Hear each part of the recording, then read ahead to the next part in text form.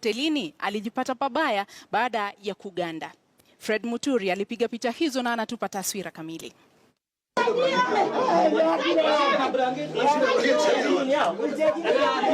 Jamaa huyu alirusha nyavu baharini huku akiwa na matumaini ya kunasa samaki, lakini baada ya muda mfupi wa kuliendesha boti lake hapa na pale baharini, alipatwa na butwaa, kwani alikuwa amenasa gundi ya kipekee iliyomfanya anate kwenye boti na kusimamisha shughuli za uvuvi mara moja.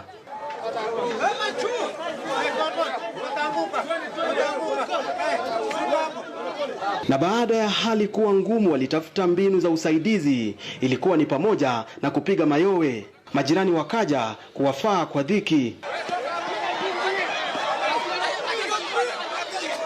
Wapenzi hawa inadaiwa hawajakuwa katika mahaba kwa siku nyingi.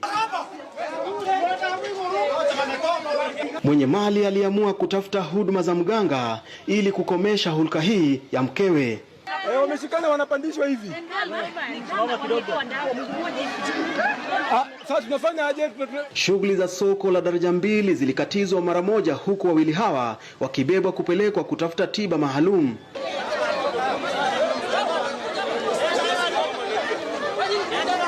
Ilikuwa ni safari ndefu barabarani, na msamaria mwema aliweza kujitokeza na kuwabeba wawili hawa, huku kisa hiki kikiwa